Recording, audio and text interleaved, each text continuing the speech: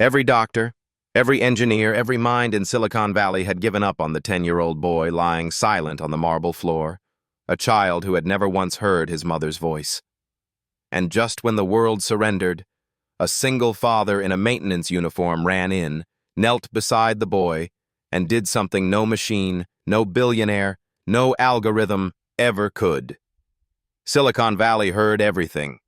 The hum of servers, the whir of helicopters above billion-dollar rooftops, the crystal clink of venture capital dinners, everything except the silence of a 10-year-old boy on a marble floor. And the one who finally broke that silence was not a doctor, not a genius, but a man with calloused hands and a toolbox full of ordinary miracles. The Morrison estate was more than a house. It was a statement. Perched on the manicured slopes of Los Altos Hills, its glass walls stretched from floor to ceiling, reflecting the whole of Silicon Valley, from Google's headquarters to the copper roofs of Stanford to the silver shimmer of the bay at sunset. Inside, everything obeyed algorithms. Light shifted by circadian rhythm, curtains closed at a whisper of ultraviolet excess, air temperature held steady at 21 degrees.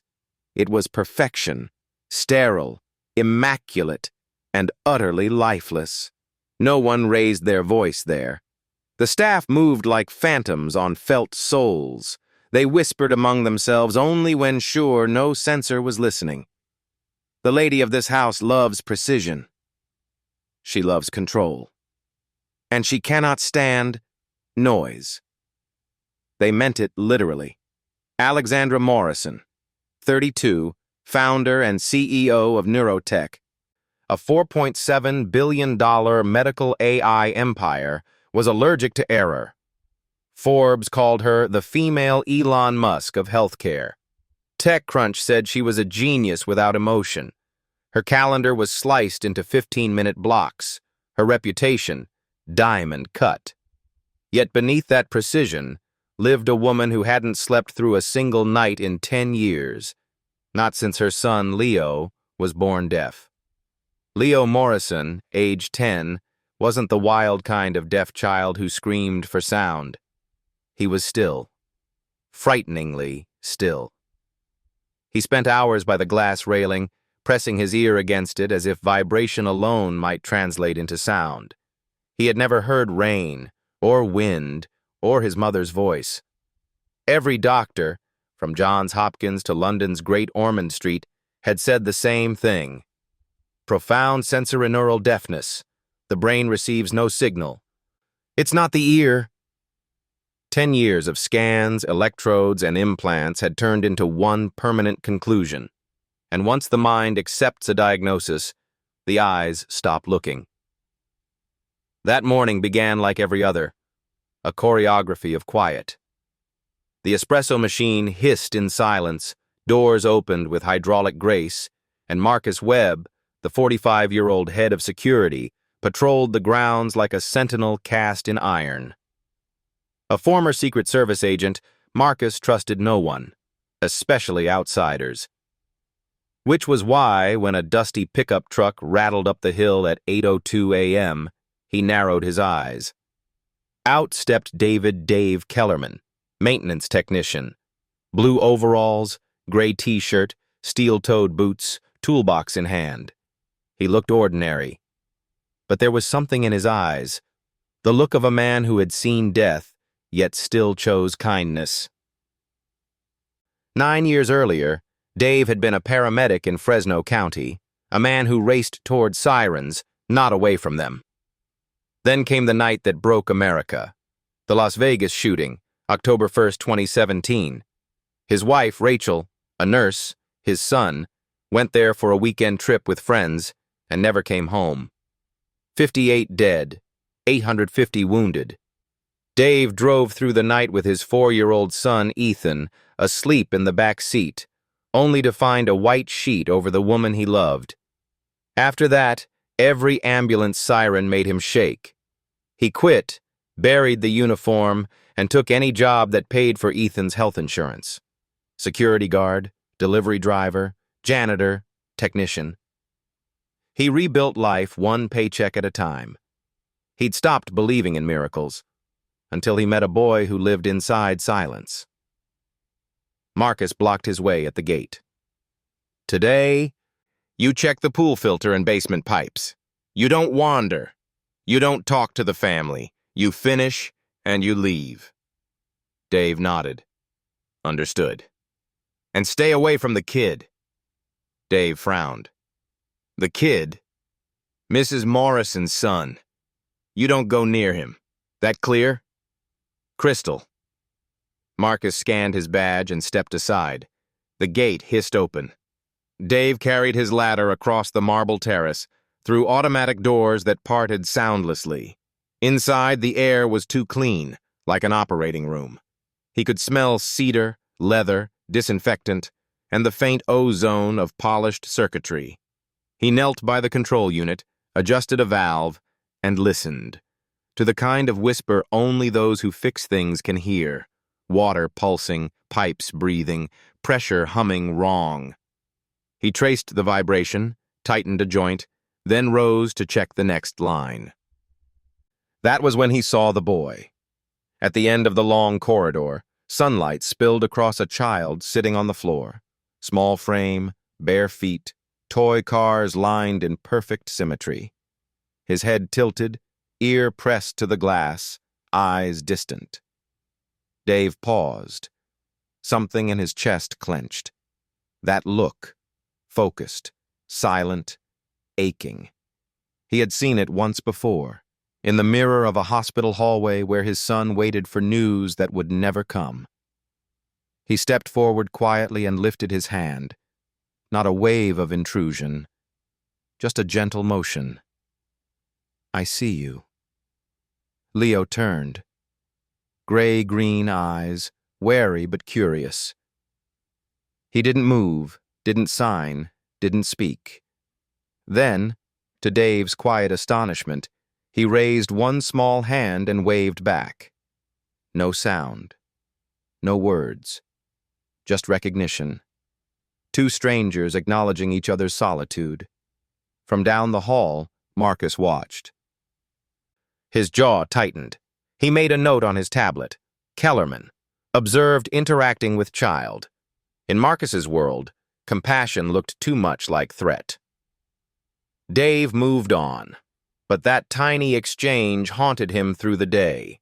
Every echo of silence reminded him of that boy pressing his ear to glass. When he clocked out that evening, the sky over Los Altos burned gold. He checked his phone, a photo of Ethan grinning in a baseball uniform. Dave texted, "Running late. Pizza tonight, champ." He hit send, then glanced back once more at the mansion's distant outline. Somewhere behind that glass, a child was still sitting in silence. And Dave thought, a boy like that deserves to hear his mother's voice at least once.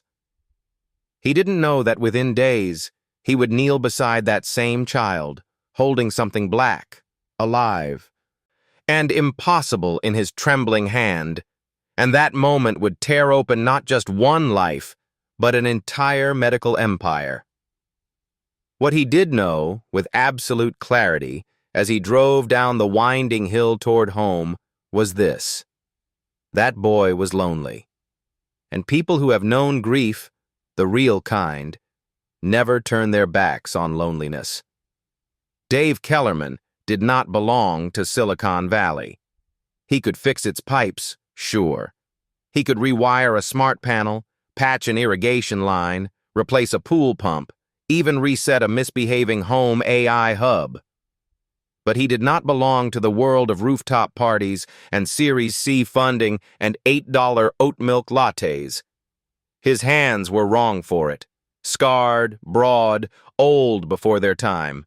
His eyes were wrong for it too, a little too watchful, like someone who kept seeing emergencies long after the ambulance lights were gone. What he did belong to was far simpler, to people in trouble.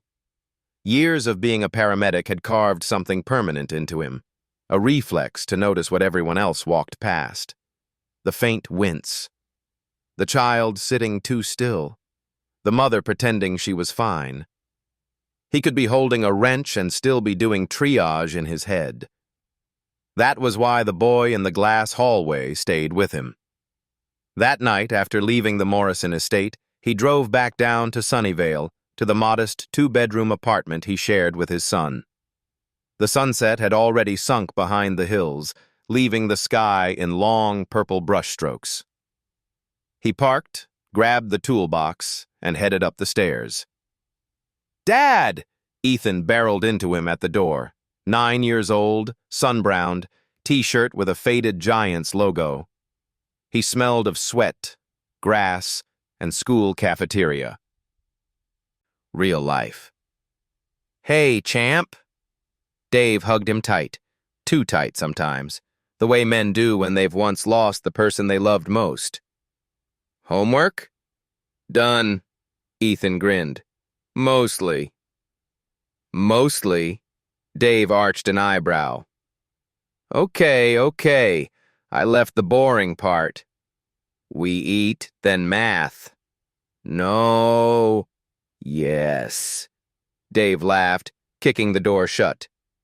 Democracy has not reached this household. They ate pizza just like he'd promised.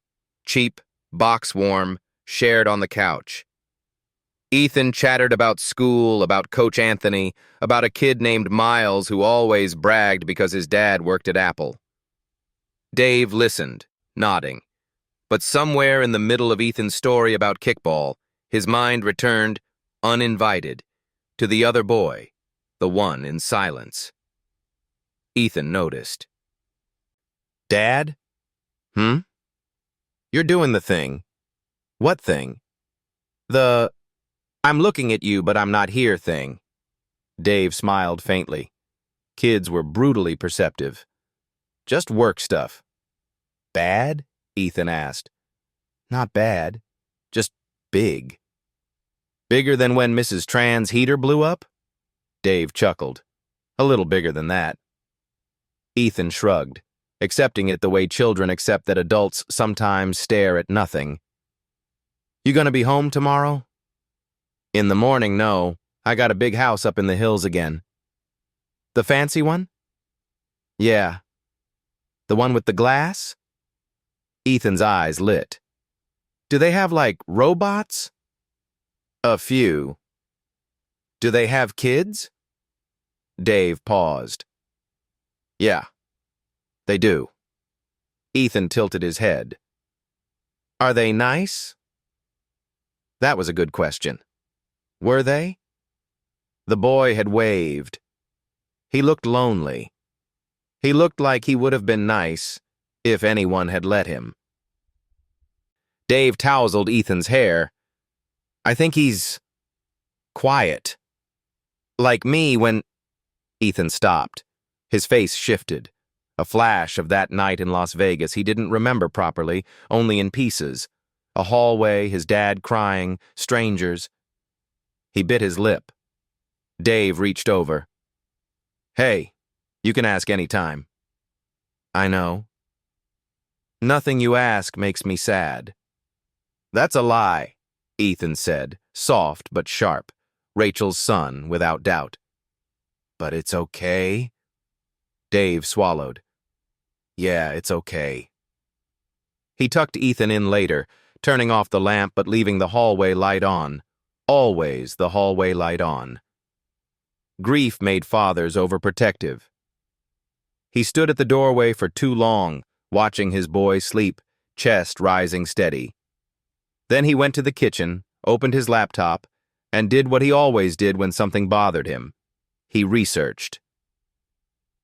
He didn't Google Morrison Estate. That was none of his business. He didn't Google billionaire Los Altos deaf son. That would have been nosy. Instead, he Googled what he knew. Pediatric deafness misdiagnosis. Foreign object in ear causing long-term hearing loss. Conductive versus sensorineural. Field notes. Most articles said the same thing. Long-term deafness in children was almost always caught early. Hospitals checked. Clinicians looked. Nurses noticed. Foreign objects in the ear were usually seen in toddlers, not 10-year-olds. And yet, something in him didn't rest. because the look on that boy's face wasn't the look of someone who had given up on sound. It was the look of someone still reaching for it. He closed the laptop. He'd know more if he saw the kid again.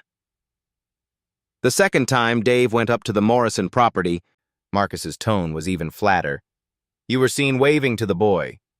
Dave didn't flinch. I was being polite. We don't need polite. We need professional. You're here to maintain systems, not make friends. With all due respect, Dave said, keeping his voice low and even, paramedic calm, the kind that soothed panicked parents. I didn't touch him. I didn't come close. I just said hello. Marcus's jaw worked. You don't understand who lives here. I understand a deaf kid lives here. Something cold flickered across Marcus's eyes. Not cruelty exactly, but control gone suspicious. I'm responsible for that child. I don't let random maintenance workers get attached. I'm not getting attached, Dave said, though both men knew that was probably a lie. I just don't ignore lonely kids. Marcus stepped closer, lowering his voice. Listen, Kellerman, I ran your file. Of course he had. Billionaires did their homework. Former paramedic, wife deceased, single father, no criminal record. Glad I passed the test, Dave said dryly. That's not the point. The point is, people like you have a savior streak, and savior streaks get sloppy. Or, Dave said, meeting his eyes, they save lives. Something in that sentence bothered Marcus more than he let on. Maybe because once, in the Secret Service, he'd seen a man throw himself in front of something meant for someone else, and he'd never forgotten it. He turned away. Do your job, he said. Don't go near him. But fate, or God, or whatever silent hand had been guiding all of this, had other plans. Because that morning, while Dave was in the backyard resetting the automated sprinkler systems, he saw Leo again, not in the glass corridor this time, but outside, by the pool. The California sun poured over the white stone terrace, making everything too bright to be real. The boy sat on the edge, feet not touching the water, shoulders slightly hunched, one hand cupped to his ear. Not a normal gesture. Not a bored kid gesture. A hurt gesture. Dave froze. Training kicked in. He wiped his hands on a rag, walked over, but stopped just far enough so he wouldn't startle the boy. Leo looked up, startled anyway. Kids who grow up around staff who ignore them startle easily when someone doesn't. Dave didn't speak. Speaking was useless. He signed. He had taught himself basic ASL after Rachel died because Ethan, in those early months of grief, went mute out of shock. So now, clumsy but clear, Dave shaped with his hands. Hi. You okay? Leo blinked, surprised, then slowly answered, small fingers forming hesitant signs. Hi. Ear hurt. Dave's chest tightened. How long? He signed. Leo held up 5 fingers. 5 what? Dave murmured aloud, then signed, 5 days? Leo nodded. His eyes were embarrassed, the way kids' eyes look when they've been in pain but hid it. Tell Mom? Dave signed. Leo shook his head hard. Then, with 2 hands, made the frantic sign kids make when they mean hospital. No doctor, no machine, no needles. And in that instant, Dave saw it all. The years of tests, the MRI tubes, the cold rooms, the masking tape over tiny veins, the bright surgical lights. A child can learn to fear an entire profession. He lowered himself to Leo's eye level, making himself small, unthreatening. With one finger, he pointed to his own chest and signed, I used to be medic. I gentle. I look? Leo hesitated. His eyes flicked, not to Dave, but over Dave's shoulder. because behind him, through the massive glass doors, someone else was watching. On the second-floor balcony, in an ivory suit, hair pulled back into a ruthless knot, Alexandra Morrison stood like a Greek statue carved out of winter. Tablet in hand, earpiece still attached, she was clearly on a call, but her eyes were fixed on one thing only: a maintenance worker bending over her son. Dave, without looking up, knew. He could feel the air change, flatten. Powerful people have weight. You can sense it even through glass. He turned back to Leo and smiled. "It's okay," he said softly, even though the boy couldn't hear. "We'll be quick." He gently tilted Leo's head, letting the sun fall on the boy's right ear. At first glance, nothing. No redness, no swelling at the outer canal. But when he squinted, really squinted, with the eyes of a man who had once pulled gravel out of a toddler's nostril on the side of Highway 99, he saw it. Something dark, deep, and moving. His blood ran cold. That wasn't wax. That wasn't sand. That was alive. Memories slammed into him. Late-night ERs, triage nurses saying, "We found a beetle in there," kids screaming, parents fainting. But this was deeper, tucked where most people wouldn't have looked if they already believed the boy was deaf for life. He made a decision. A fast one. The kind medics make when there isn't time to call for permission. He signed, "Wait here. Don't touch. I come back." Leo nodded, trusting him in that unquestioning, devastating way that only children and the grieving do.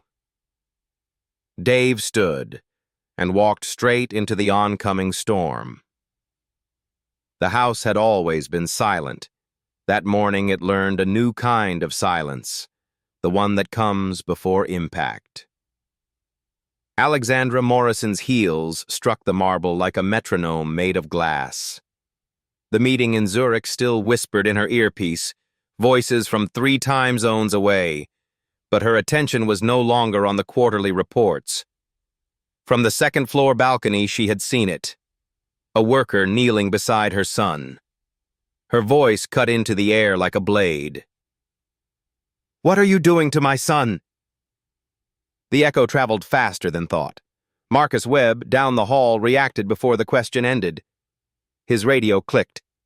His hand went to the small of his back. Habit, not necessity. You could take the man out of the Secret Service, but not the Secret Service out of the man. Dave froze. The old instinct, the one that told him when a scene was about to turn from bad to worse, kicked in.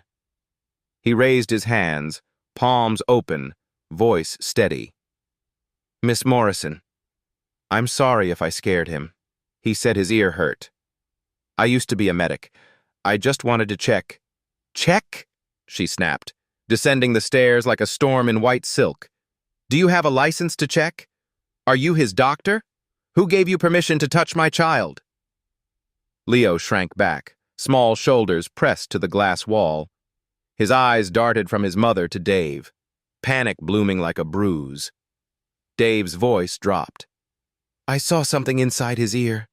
Something moving. He's in pain." Alexandra stopped mid-step. For half a heartbeat, reason flickered. Then the armor slammed back into place. "That's absurd." "My son's condition is neurological. We've spent 10 years with the best specialists in the world. If something were there, they would have found it." "I don't think they looked," Dave said quietly. Marcus appeared beside her now, solid as a wall. "Ma'am, I warned him. He's overstepped. I'll escort him out." A soft, broken cry cut him off. "Don't!" The sound came from the boy. The child who hadn't spoken a word in 10 years had just said one. For a second, the room lost air. Alexandra turned as if struck. Her mouth opened. No sound came. Leo's face was pale, trembling. His lips moved again. No longer a voice, but hands shaping words in the air. Dave is telling the truth. Ear hurts. It was shaky, imperfect, but clear.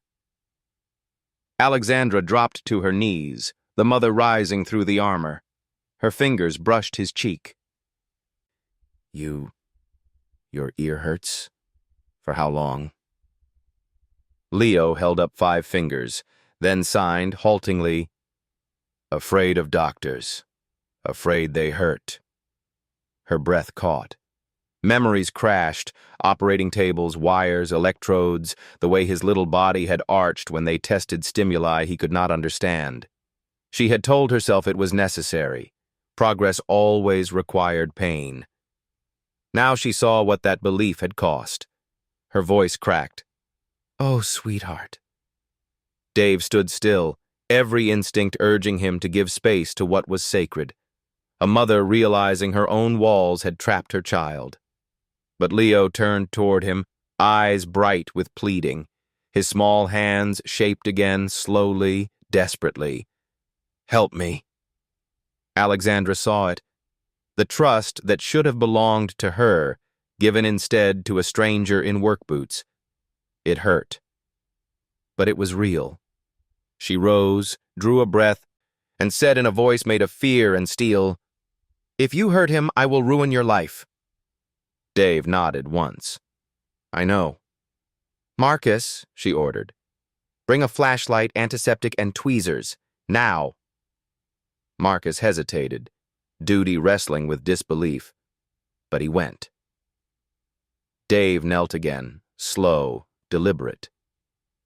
"Leo," he said, even though the boy couldn't hear, "we'll do this together. Breathe." The child nodded. When Marcus returned with a first aid kit, Dave cleaned his hands until they stung. He clicked the flashlight on. The beam cut a white tunnel into the boy's ear. There, deep inside, something black, wet, glistening. It recoiled from light. Alexandra gasped. "What is that?" Dave's jaw tightened. "Alive." "Alive?" "Larva, probably of a fly. I've seen smaller ones in the ER, but never like this." He steadied his breath, whispering to a god he no longer prayed to. "Guide my hands." The tweezers slid in, millimeter by millimeter. Leo flinched, but didn't cry. Dave's fingers trembled, not from fear, but reverence. He felt the faint, rubbery give of the creature, caught, resisting, then the slow, sick pull as it came free. When it finally left the ear, a thread of dark fluid followed. The thing writhed on the steel tip, a tiny black worm glistening under chandelier light. No one spoke. Then Leo blinked. His pupils widened. His hand went to his ear. He froze, listening. "Leo?" Alexandra whispered. He turned toward her. His mouth opened. A hoarse sound stumbled out, dry as sand. "Mom?" The word hit the air like thunder in a desert. Alexandra's knees buckled. She caught him, sobbing, whispering his name over and over. "You can hear me." "You can hear me?" Dave stepped back, shaking. He had witnessed births, deaths, resurrections of hearts. But never this. Leo clutched his head suddenly, wincing. "Too loud," he cried, voice raw and real. Dave crouched, speaking softly. "Breathe, kiddo. That sound. It's new. It'll settle." Alexandra looked up at him through tears, speechless. Outside, the wind moved through the cypress trees. For the first time in 10 years, the Morrison estate was no longer silent. It was alive with the sound of a child rediscovering the world. And yet, somewhere beneath the joy, another sound began to build. The low hum of consequences, of questions, of a system about to be exposed. The sound of that single word, Mom, never really stopped echoing. It rolled through the marble halls like thunder made of light, collided with glass, and kept reverberating through every room, until even the house AI paused its soft, mechanical hum as if unsure what to do with this impossible frequency. A child's first voice. But once a miracle breaks into a world built on control, it doesn't stay quiet for long. Alexandra Morrison sat on the floor, clutching Leo, her perfect white suit stained by tears and the thin smear of antiseptic from Dave's hands. She didn't care. For once in a decade, she didn't care how she looked or who was watching. She only cared that the tiny chest pressed against hers was trembling not from fear, but from sound. Leo's voice was hoarse, breathy, the sound of someone who had never used his vocal cords before. He turned his head, blinking through tears. "Too loud," he whispered. Dave crouched beside them, gentle as if approaching a bird with a broken wing. "You're okay," he said softly. "That sound, Leo. You've never heard it before. It'll feel big at first." The boy's eyes darted around. He was hearing the clock, the air conditioner, the wind. The human heart has no memory for silence. Once broken, it cannot return to it easily.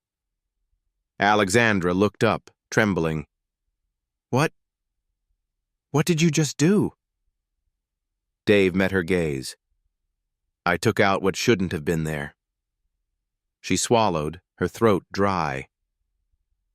"That thing was alive?" "Yes." He held up the small zip bag Marcus had handed him. Inside it, the creature still moved faintly, like an obscene heartbeat. "Some kind of larva. It's been there for years." "That's impossible." "I agree," Dave said quietly. "And yet," he nodded toward Leo, who was covering his ears, half laughing, half crying. "Here we are." Alexandra pressed a hand to her mouth. 10 years of diagnoses, scans, surgeries, implants, machines. And none of them had looked. Not once. Her mind recoiled from the idea, because if it was true, it meant she hadn't just failed as a mother. She'd built an empire of failure. Marcus, still pale, whispered, "We should call Dr. Chen. Now." Leo stiffened instantly, shaking his head hard. "No, no hospital!" Dave raised a hand. "Easy, buddy." Then to Alexandra, "If you call them, he'll lock up. They'll sedate him, poke him, and you'll lose his trust forever. Let him rest. Let him feel the world first." Her instinct was to argue. She always argued when she wasn't in control. But something in Dave's tone, not defiance but simple certainty, made her stop. "Fine," she said finally. 1 hour.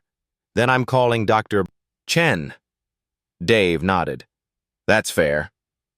He cleaned up the kit, sealed the bag, and handed it to Marcus. "Keep that safe.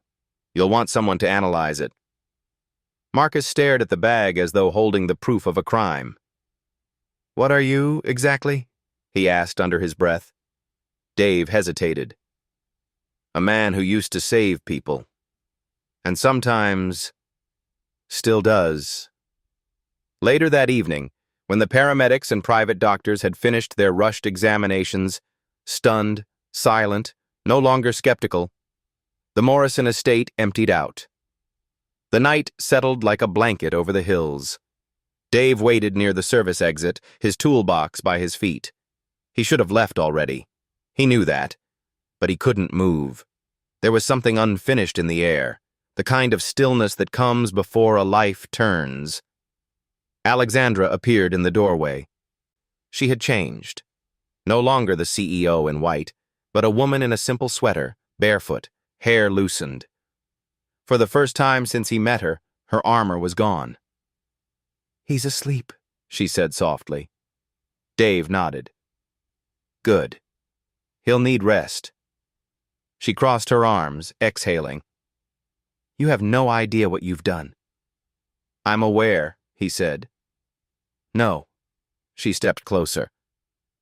You've undone 10 years of medical certainty. Do you know how many people will lose their jobs when this goes public? The hospitals, the labs, my own company. Then maybe it needed to be undone. Her eyes flashed, not with anger, but with something that looked almost like grief. You think this is simple? You think compassion fixes the world? The system is built on more than kindness, Mr. Kellerman. It's built on rules. And when the rules stop helping people, Dave said quietly, someone has to break them. She looked away, jaw tightening. You sound like my father. I'll take that as a compliment. It wasn't meant as one. Silence stretched. Outside, a coyote called in the distance. After a long moment, she asked, almost in a whisper, Why did you do it? You could have walked away. My guards would have made you. Dave rubbed the back of his neck. Because I saw pain. I've spent too many years pretending not to. I made that mistake once. What mistake? He met her eyes. The kind you bury with a wedding ring. Her breath caught. For a heartbeat, she almost asked, but the words felt too intimate to belong in a marble hallway. She simply nodded. You should go home, she said instead. Your family must be waiting. My son, Dave corrected gently. It's just the two of us. Alexandra's expression softened. Not pity, but recognition. Two people who had lost something irreplaceable and built fortresses around the hole it left. Thank you, she said at last, for saving my son. Dave shook his head. You did that. You let me try. As he turned to leave, she called after him. What do I owe you? He smiled faintly. Nothing. Just listen to him. Really listen. That's all he ever wanted. Then he was gone, footsteps fading into the quiet night. Hours later, Alexandra stood alone in Leo's room. The moonlight fell across the boy's sleeping face, soft and new. His small chest rose and fell in rhythm with a world he could finally hear. She brushed a strand of hair from his forehead, whispering words she'd never dared speak before. I'm sorry, she said. For all the noise I made chasing silence. Leo stirred, half awake. He mumbled, not perfectly, not clearly, but enough for her heart to shatter once more. I hear you, Mom. She pressed her hand to her mouth, tears burning hot. Outside the window, the wind moved through the cypress trees, carrying the sound of life where once there had been none. And far down the road, a tired man drove home in a pickup truck, unaware that by morning, the story of what he had done would already be spreading through the valley like a new kind of gospel. By dawn, the hills of Los Altos were bathed in mist, pale silver light spilling over glass roofs and quiet streets. The Morrison estate sat on the ridge like a fortress of silence again, but beneath its marble calm, something trembled, the sound of truth awakening. Alexandra Morrison hadn't slept.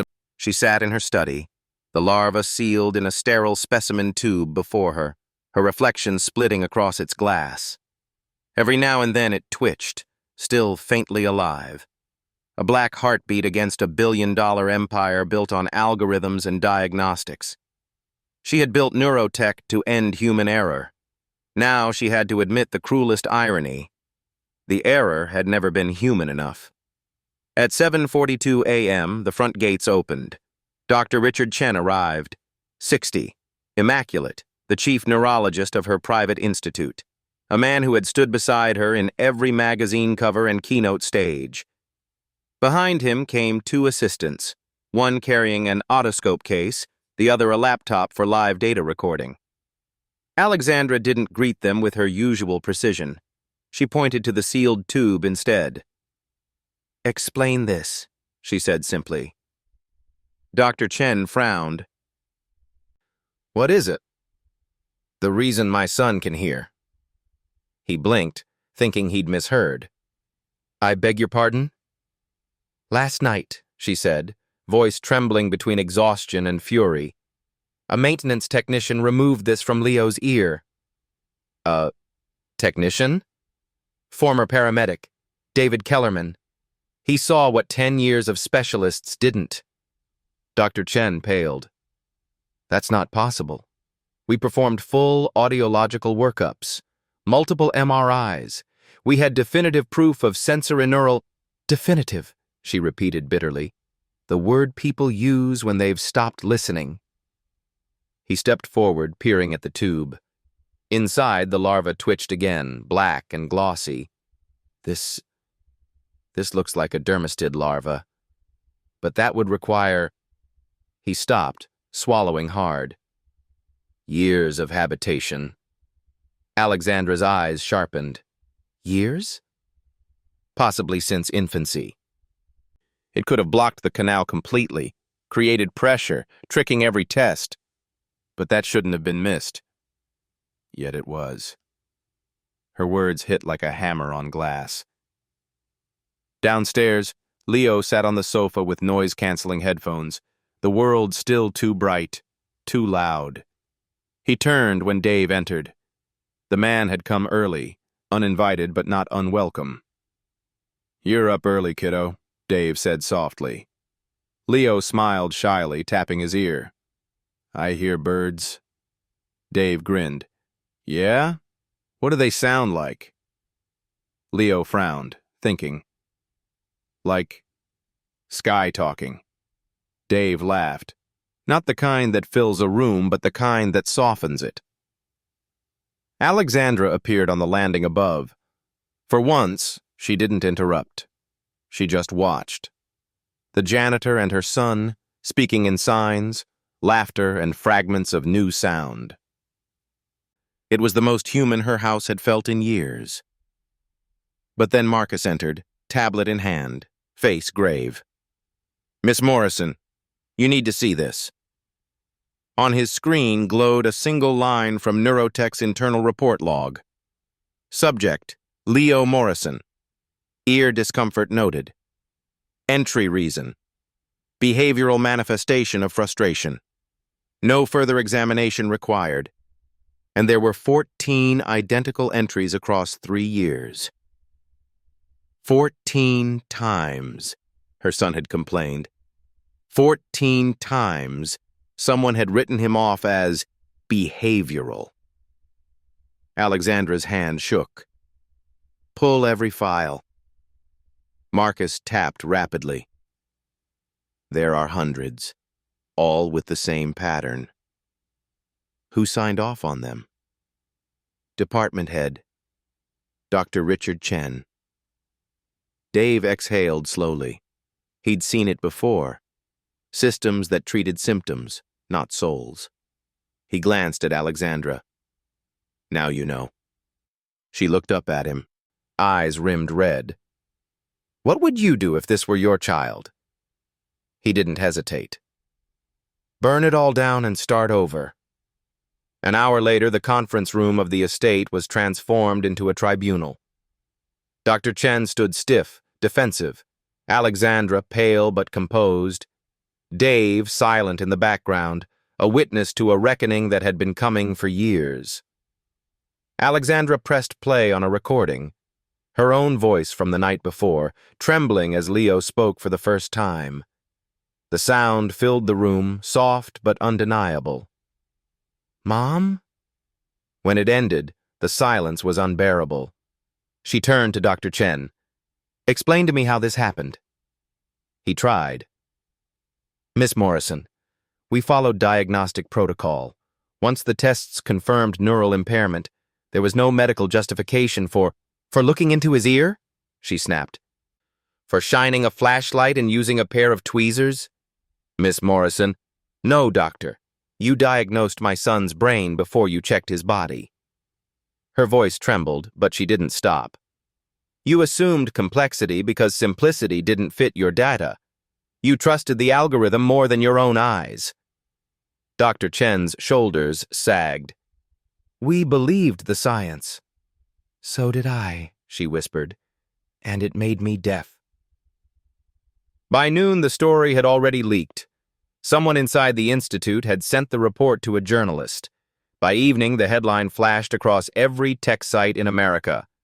Silicon Valley CEO's son regains hearing after janitor discovers misdiagnosis. Phones exploded. Investors panicked. Legal teams mobilized.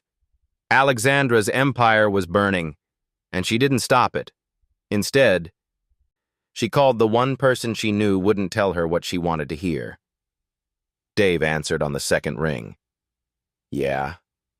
I'm holding a press conference tomorrow, she said. I'm going to tell the truth. All of it. You sure? I'm sure. You'll lose everything. She smiled faintly. Maybe it's time someone did. On the other end of the line, Dave said nothing for a long while. Then quietly, then you won't stand alone. That night, Alexandra walked through Leo's room.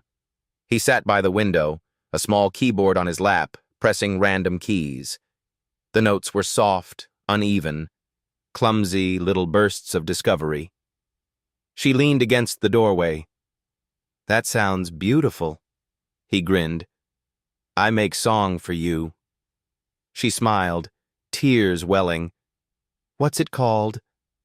He thought for a moment, then whispered, Sound of Love. Her heart broke and healed at once. She crossed the room, kissed his forehead, and sat beside him as he played his imperfect, miraculous melody. The song that would later open every news broadcast. The anthem of a system finally forced to listen. Outside, the valley shimmered with city lights, each one a heartbeat of the machine world she had built, and tomorrow she would stand before it and tear the silence apart.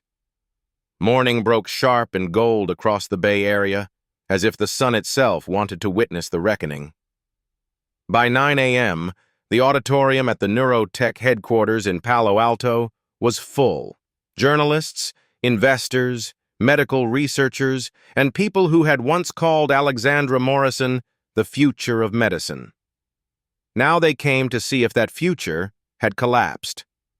On the podium stood the woman herself, black suit, no jewelry, hair pulled tight. She looked smaller somehow, stripped of the perfection that had once made her untouchable. But her eyes burned clear with the conviction of someone who had nothing left to hide. Beside her sat Leo, headphones resting around his neck, small hands fidgeting nervously. On the other side, a man in work clothes, Dave Kellerman. His posture straight but humble, his presence quiet as gravity itself. The cameras flashed. The world waited. Alexandra approached the microphone. Her voice, when it came, was not the voice of a CEO. It was the voice of a mother. For 10 years, she began, I believed my son was born deaf. I spent millions trying to fix what I thought was broken. I built a company to make sure no child ever suffered from human error again. And yet, all along, the mistake was mine. The room stilled. Last week, my son spoke his first word, because a maintenance technician noticed what the rest of us refused to see. A small living organism had blocked his ear canal since infancy. 10 years of advanced testing, MRIs, neural scans, and no one looked with their eyes. Her voice broke, just slightly. We were too busy trusting machines to remember compassion. Flashbulbs erupted. Hands shot up. Questions swarmed the air like flies, but Alexandra raised her hand. One gesture, and silence returned. I am not here to blame one man or one hospital. This is a failure of an entire system. A system that rewards efficiency over empathy, data over humanity. We diagnose faster but not deeper. We heal bodies but not people. She turned, gesturing toward Dave. This is David Kellerman. He's a maintenance technician, former paramedic, a single father. He didn't do what doctors couldn't because he's smarter. He did it because he cared. Because he saw pain and didn't look away. Dave shifted uncomfortably under the lights. He wasn't built for stages. But Alexandra continued, "Today, I announce the formation of the Leo Morrison Foundation, dedicated to bringing medical care back to its human core.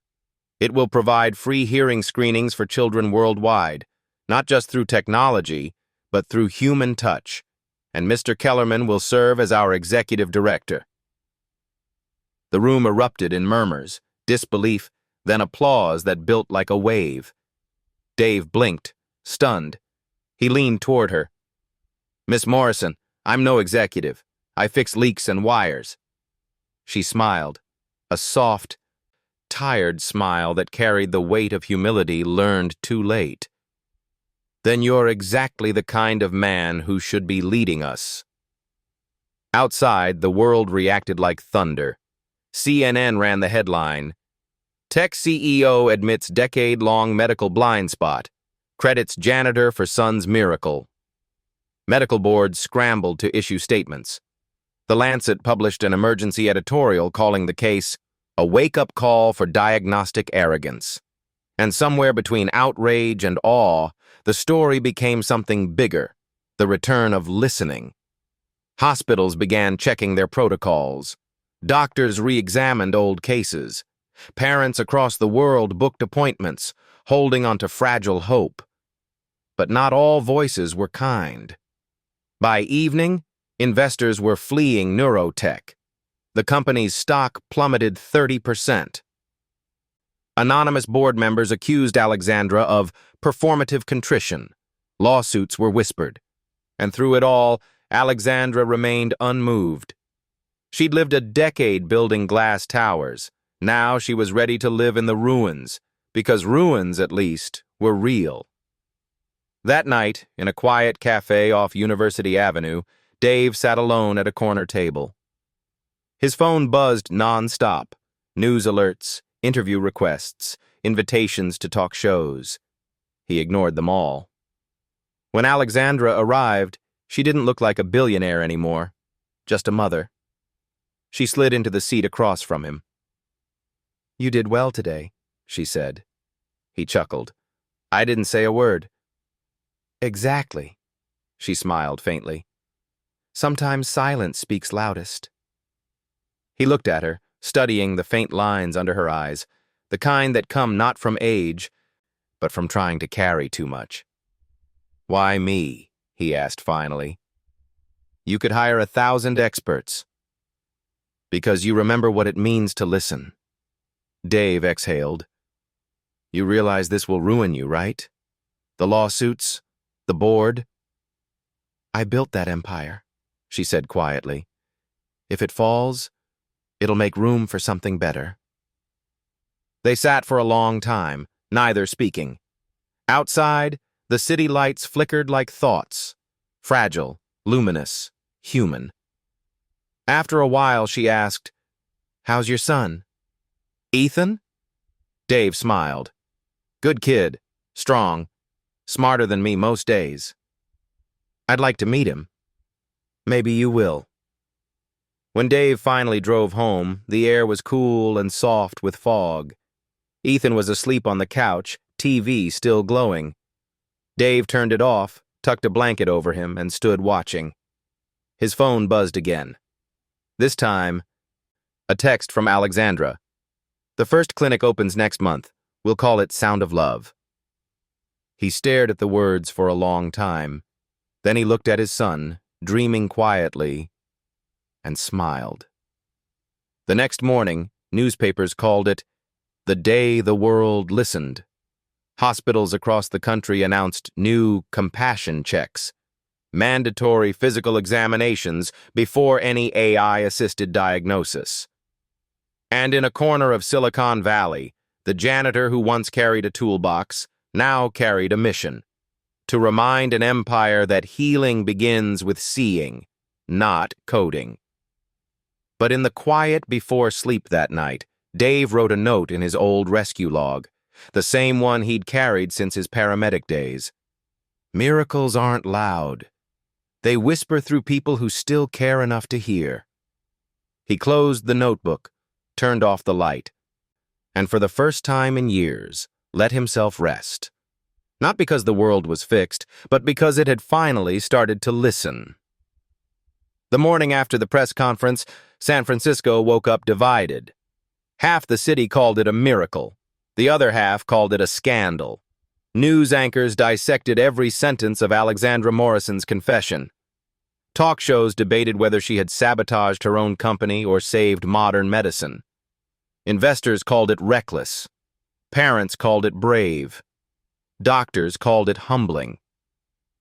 And through it all, the boy at the center of it, Leo Morrison, 10 years old, simply wanted the world to stop shouting, because now, for the first time, he could hear it. All of it. In the Morrison estate, the silence that once ruled had vanished. It was replaced by the unending hum of life, the buzz of drones outside, the whine of espresso machines, the click of Marcus's security boots, the vibration of phones that never stopped ringing. To Leo, it was unbearable. He sat on his bed, hands clamped over his ears. The world had rushed in too fast. Each sound felt like a blow. The barking dog beyond the gate, the whir of ceiling fans, even his own breath, so loud it startled him. When Alexandra entered, he didn't look up. She hesitated in the doorway, guilt pressing down like gravity. "Sweetheart?" Leo's voice was fragile. "Too loud, Mom." "I know," she whispered, sitting beside him. "It takes time." He shook his head. "Can we make it quiet again?" Her heart cracked in two. That same day, Neurotech's stock hit its lowest point since its founding. The board called for an emergency meeting, without Alexandra. Her assistant, pale and frightened, handed her the email at noon. "Effective immediately. You are placed on indefinite administrative leave pending further review." It was polite corporate language for exile. Alexandra read it once, then again, then folded the letter carefully and placed it inside her blazer pocket. The same pocket where she used to carry quarterly projections. This time it carried something heavier. Freedom. She left the building without saying a word. Outside, reporters swarmed. "Miss Morrison, are you stepping down? Is Neurotech finished? Was the janitor's discovery staged?" She walked past them all, chin high, voice calm. "The only thing that's finished is blindness." Meanwhile, Dave Kellerman's life had changed in ways he never asked for. Overnight, he'd become a symbol. The man who saw what machines missed. The humble paramedic who humbled an empire. Cameras followed him to work, to coffee shops, to Ethan's baseball practice. He hated it. He wasn't built for fame. Fame was just noise in another frequency. He'd rather fix leaks than give interviews. When a journalist asked him, "How does it feel to be a hero?" he'd answered honestly, "It feels like people should stop making heroes out of men who just do their jobs." That quote went viral. Ironically, it made him even more famous.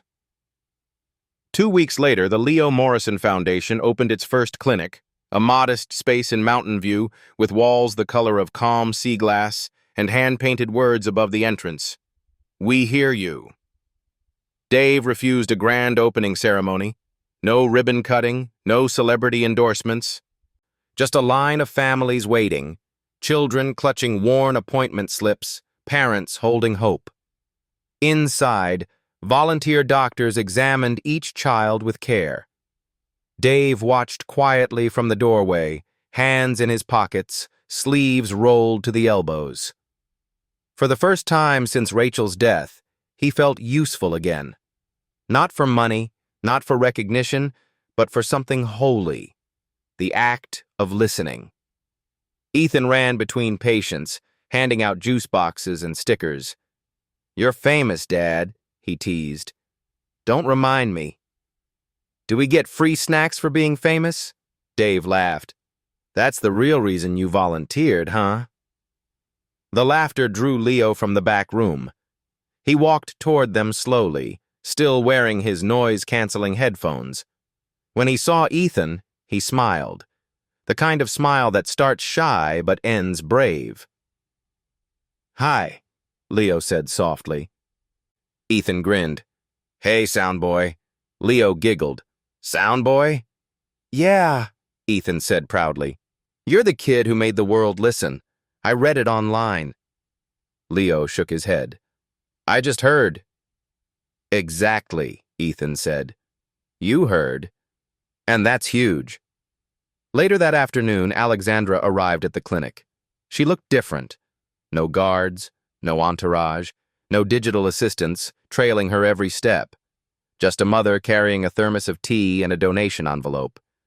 Dave met her at the door. "You didn't have to come." "I needed to," she said. "I lost my company today." "I'm sorry." She smiled faintly. "Don't be. Maybe I had to lose the noise to find the sound." They walked through the clinic together. In one room, a little girl was laughing as a doctor gently tickled her ear with an otoscope. In another, a boy stared wide-eyed as he heard his mother's voice for the first time. Alexandra stopped, tears rising. "It's beautiful." Dave nodded. "This is what happens when we stop diagnosing data and start hearing people." She looked at him for a long time, really looked, and said softly, "You've changed my life, Dave." He met her eyes. "No, your son did." That evening, when the clinic closed, Dave and Ethan stood outside. The sky was brushed with copper and rose, the way only California sunsets can be. Leo waved goodbye from his mother's car, mouthing words Dave could now read without needing to hear them. "Thank you." Ethan nudged his father. "What did he say?" Dave smiled. "He said he's learning a new song." They watched the car disappear down the road. For the first time in years, Dave felt the world quiet, not the sterile silence of loneliness, but the living quiet that follows meaning. He looked at the sign above the clinic one more time, "We hear you," and realized it wasn't about ears at all. It was about hearts. That night, in her home, Alexandra tucked Leo into bed. He pointed toward the window, listening. "Rain," he said. She smiled. "Yes, rain." "It's beautiful," Leo whispered. "It always was," she said, brushing his hair. "We just couldn't hear it." She turned off the light, left the door ajar, and for the first time in her life, didn't mind the sound of the storm. Because sometimes, healing isn't silence. It's learning to love the noise. A month after the miracle, the world had already begun to forget. Headlines faded. The algorithms found new scandals to feed on. But for the people inside the story, the echo of that day never stopped vibrating. For Alexandra, silence returned in a new form, not peaceful, but lonely. Her phone no longer rang every minute. Investors no longer begged for meetings. Neurotech's board had stripped her of control. Her name had been removed from the letterhead she had once built from nothing. But each morning when she poured Leo's cereal and heard him hum softly at the kitchen table, she knew she hadn't lost everything. She had lost the noise and kept the sound. At the same time, the Leo Morrison Foundation was growing faster than anyone expected. Dave had opened 3 more clinics in Oakland, Fresno, and San Diego. Lines stretched out the door each weekend. Mothers with toddlers, fathers holding sleeping babies, grandparents clutching appointment slips. The walls were painted in gentle shades of teal and cream. No white coats, no cold instruments, only care. Each child received not just an ear exam, but a conversation. Does it hurt? What makes you scared? What sound do you wish you could hear most? Some said rain, some said music, some said mom. And sometimes, after weeks of silence, They heard again. 12 more children had regained partial or full hearing since Leo's case. Each story felt like a small resurrection. But as hope spread, so did resistance. The backlash began quietly. Medical boards questioning methodology, pharmaceutical lobbyists whispering that Alexandra's story was unscientific sensationalism. Then came the lawsuits. One morning, Marcus brought Dave a thick envelope at the clinic. "Registered mail," he said grimly. "From the National Medical Ethics Committee." Dave slid it open and read the first line aloud. "Formal investigation into unauthorized medical practice and potential endangerment of a minor. Case, Morrison versus Kellerman." He exhaled slowly. "They're coming after me." Marcus crossed his arms. "You knew they might." Dave's jaw tightened. "I pulled a worm out of a child's ear and gave him his life back. And that's what they want to punish?" "Not what you did," Marcus said. "Who you are. You don't fit their mold." Dave folded the letter carefully, the way men do when they've been disappointed too often to get angry anymore. "I'm not afraid of losing my job," he said. "I'm afraid they'll scare others from listening." That night, Alexandra drove to his apartment in Sunnyvale. She looked out of place among the cracked sidewalks and flickering streetlights, a woman who had lived too long in glass towers. Ethan opened the door first, cheerful as ever. "You're the famous lady," he said. Alexandra smiled. "Something like that. Is your dad home?" Dave appeared, tired but calm. "You didn't have to come." "I did," she said, handing him a folder. "It's the legal team's draft. I'm going to fight this with you." He frowned. "Alexandra, you've already lost your company. You don't need—" "I lost my company because I stopped listening. I'm not making that mistake again." He studied her for a moment, then nodded. They sat at the kitchen table. Old wood, coffee stains, homework scattered. Alexandra ran her hand across it, smiling faintly. "You know, I never sit at tables like this. Everything in my world is marble or steel. It never felt real." "Real isn't always comfortable," Dave said. "I'm starting to learn that." Weeks turned into hearings. The committee's sessions were formal, cold, the kind of rooms where truth became paperwork. Alexandra testified first, describing the day of the discovery, her own negligence, her son's recovery. Her voice didn't shake once. Then they called Dave. "Mr. Kellerman," the chairman said, "do you admit you performed a medical procedure without a license?" "I admit I helped a child," Dave said. "That's not an answer." "It's the only one that matters.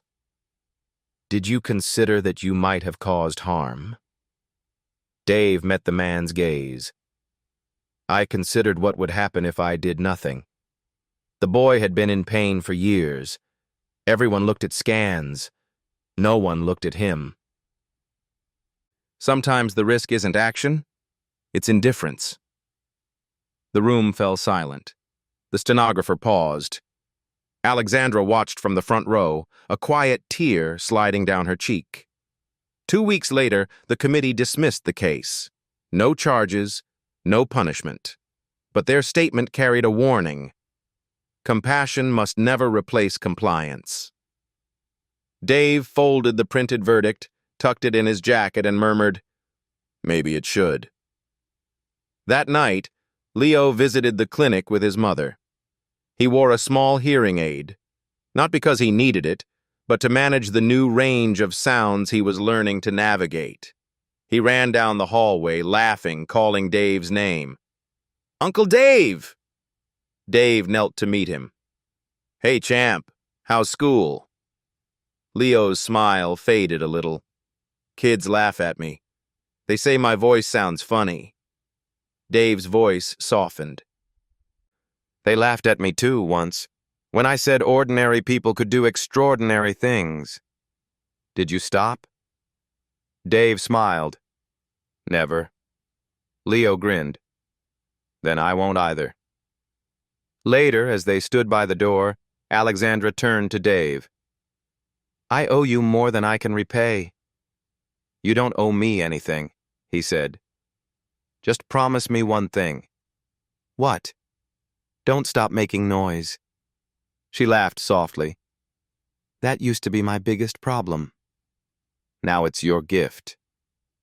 When they left, Dave lingered outside the clinic, looking at the glowing sign. We hear you. The night was quiet. Too quiet. And he realized something simple but profound. Miracles make noise. But change is quiet. It moves through whispers, through small hands learning to sign, through a child brave enough to speak again even when the world mocks his voice. And that, he thought, was worth every cost. Autumn crept gently over California, washing the valley in gold. The air smelled faintly of eucalyptus and rain, the kind of scent that carried both memory and healing. Inside the Leo Morrison Foundation's headquarters, the morning hum was soft. Computers booting, papers rustling, children's laughter echoing faintly from the clinic below. Dave stood by the window, coffee in hand, watching fog lift from the mountains. He had seen too much of the world's pain to romanticize peace, but in this moment, he allowed himself to believe it was possible. It had been 6 months since the hearing. The foundation now operated in 10 cities across the United States. Hospitals had begun sending their young residents to shadow Dave's team, not for advanced diagnostics, but for what he called human rounds, learning to listen before examining, to see before scanning. On the wall outside his office, a framed quote read, "Machines diagnose, humans heal." It wasn't signed, but everyone knew whose words they were. One evening, as the sun sank low behind the Santa Cruz hills, Alexandra arrived without warning. She stood in the doorway, a rare unease in her expression. "You're early," Dave said with a smile. "The board meeting isn't until tomorrow." "I'm not here for the meeting." He gestured for her to sit. "Then what brings you?" She hesitated before answering. "An apology." He blinked. "For what?" "For all the years I believed I could fix the world without touching it." Her voice trembled. "For treating you like a tool instead of a man." "For thinking money could replace mercy." Dave set down his mug. "You don't need to apologize for believing in something. You just needed to remember to believe in people." She smiled faintly. "That's why I'm here." That night, they visited the children's wing together. Leo was at the piano, fingers finding notes slowly, clumsily, but each sound shimmered with sincerity. A dozen children sat around him, some deaf, some partially hearing, all listening with their hearts. When he finished, the room erupted in applause. Leo laughed shyly, cheeks glowing pink. "Play another," a little girl shouted in sign language. Leo grinned and signed back, "Your turn next." Dave leaned toward Alexandra. "He's doing well." She nodded. "He's learning to live between two worlds, hearing and silence." Dave smiled softly. "Maybe that's what all of us are doing." After the children left, Leo ran up to Dave, holding something wrapped in paper. "Gift," he said proudly. Dave crouched down. "For me?" Leo nodded, handing it over. Inside was a small wooden carving, rough, imperfect, but unmistakable. A human ear carved from driftwood. Dave laughed. "Did you make this?" "With Mom." Alexandra smiled. "He wanted to remind you that sometimes the simplest tools change the world." Dave traced the wood's ridges with his thumb. "You're a good kid, Leo." Leo tilted his head. "Because I listen?" Dave chuckled. "Exactly." Later that night, the three of them stood outside the clinic. The air was cool, stars beginning to bloom in the dark. Alexandra looked at the glowing sign, "We hear you," and said softly, "Do you ever think about Rachel?" Dave's face softened. "Every day. But it doesn't hurt like it used to. I think she'd like what we built." "I think she'd be proud," Alexandra said.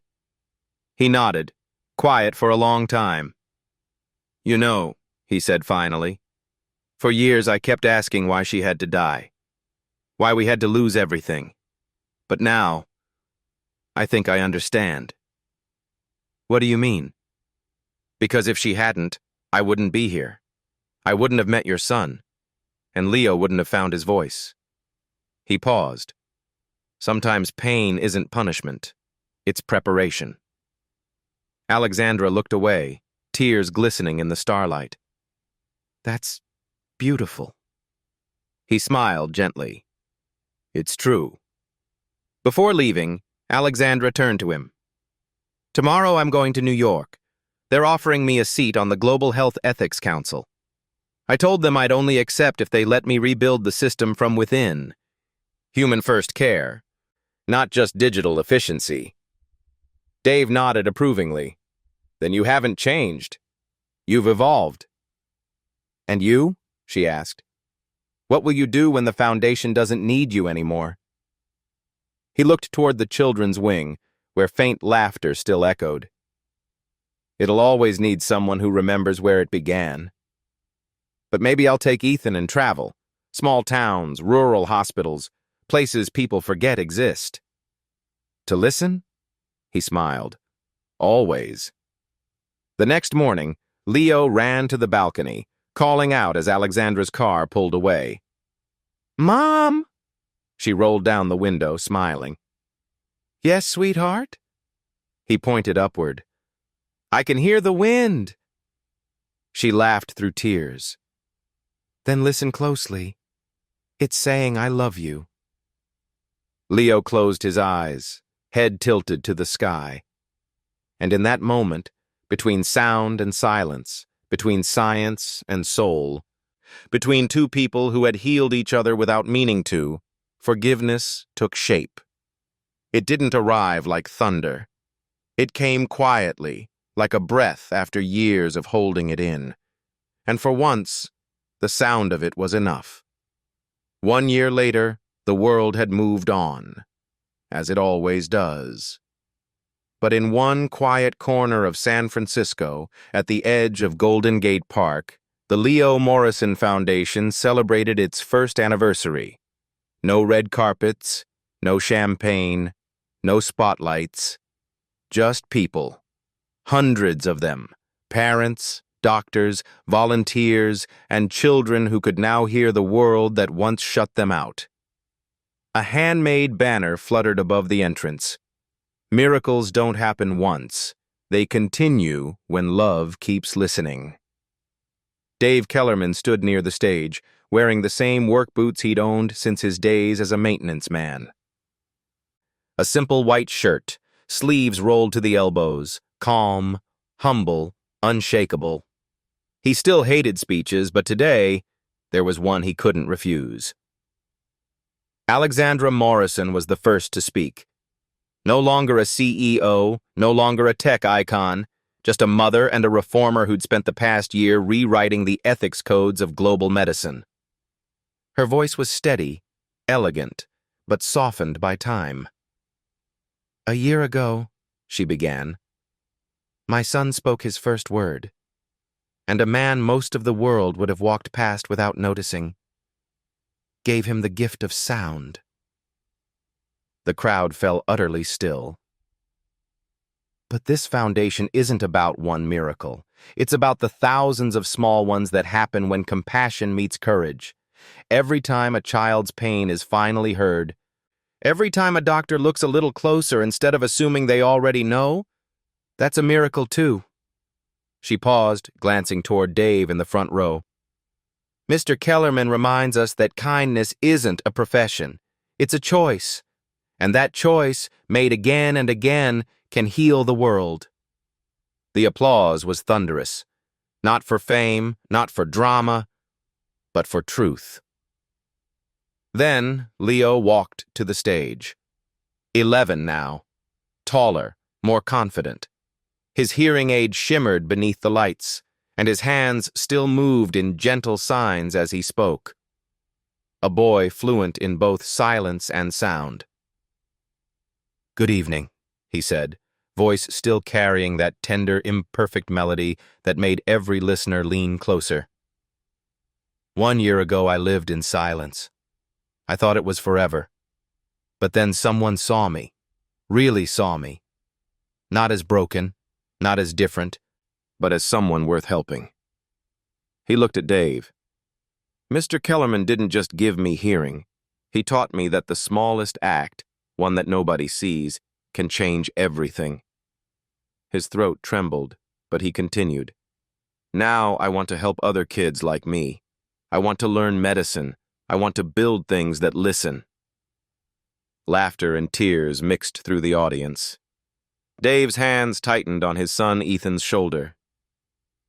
"My mom says technology should serve people, not replace them," Leo added. "I think she's right, because when machines fail, hearts don't have to." He smiled shyly. "Thank you for teaching me that." The crowd rose to its feet, not for a child prodigy, not for a miracle, but for the living proof that humanity could still hear itself.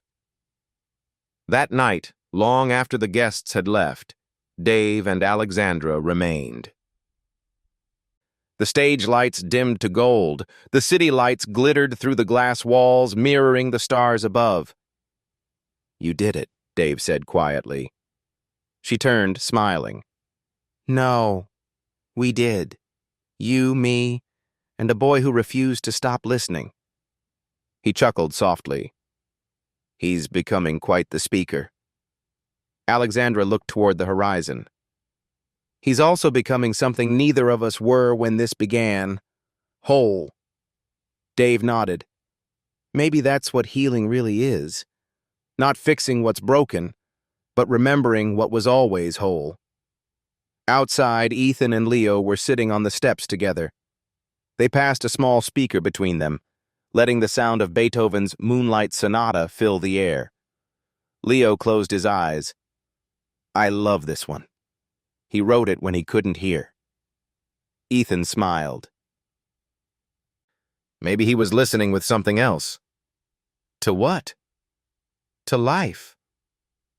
The boys fell silent, letting the piano's gentle rhythm drift into the night, sound becoming emotion, emotion becoming memory. Later, as they prepared to leave, Alexandra paused by Dave's truck. "I'm heading to Geneva next month," she said. "The World Health Organization wants to launch a global human-first medicine program." He grinned. "Of course they do. I want you there." He laughed. "Me? I'm just a maintenance man." She looked him square in the eyes. "You're the man who maintained humanity." For a long moment, they said nothing. The night breathed around them, soft and infinite. Then Dave said, "I'll think about it." He drove home with the windows down. Ethan slept in the back seat, head resting on an old flannel blanket. Outside, waves shimmered against the shore, the same beach where he'd once told his son, maybe she'd be proud of me. Now he knew. Rachel would be proud, not because he'd changed the world, but because he'd helped it listen again. He parked, turned off the engine, and sat in silence for a while. But it wasn't the old silence anymore. This one was alive, full of crickets, wind, distant laughter, and the faint unbroken sound of gratitude. He looked toward the horizon and whispered, "I can hear you now." Back at the foundation, the lights turned off one by one. But through the night, faint music drifted from the children's wing, Leo playing softly, each note tender and sure. And though no one saw it, Dave's wooden carving, the small ear Leo had once made, sat on the windowsill, catching the moonlight. It was imperfect, unfinished. Just like the world, but it listened.